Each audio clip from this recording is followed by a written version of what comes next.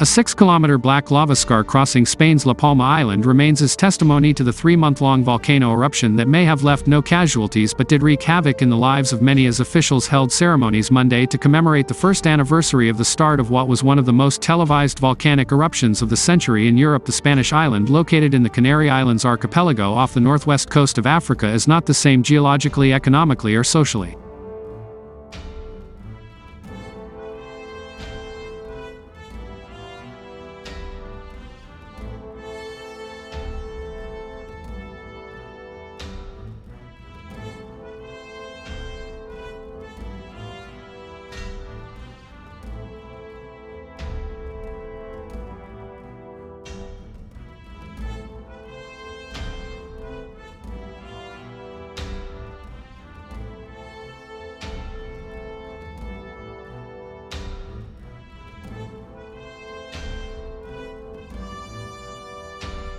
Under the thick molten rock slab still slowly cooling down from the initial 1,140 degrees Celsius (2,084 degrees Fahrenheit), some 3,000 buildings were buried along with many banana plantations. Roads and irrigation systems alongside agriculture. Tourism is critical to the island's economy, but half of the 8,000 registered places of accommodation remain closed due to the presence of poisonous gases, the same reason that keeps around 170 local people still living in hotel rooms.